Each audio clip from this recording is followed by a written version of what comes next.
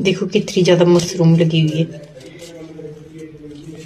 जिस किसी को भी मशरूम चाहिए हो वो हमसे कांटेक्ट कर सकते हैं। यहाँ पे की है हमने मशरूम की खेती।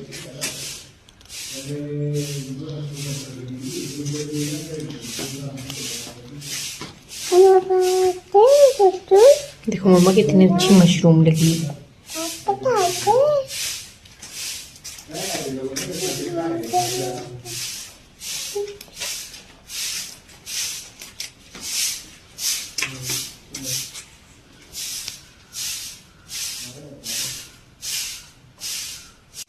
तीस बैग लगाए हैं मशरूम के।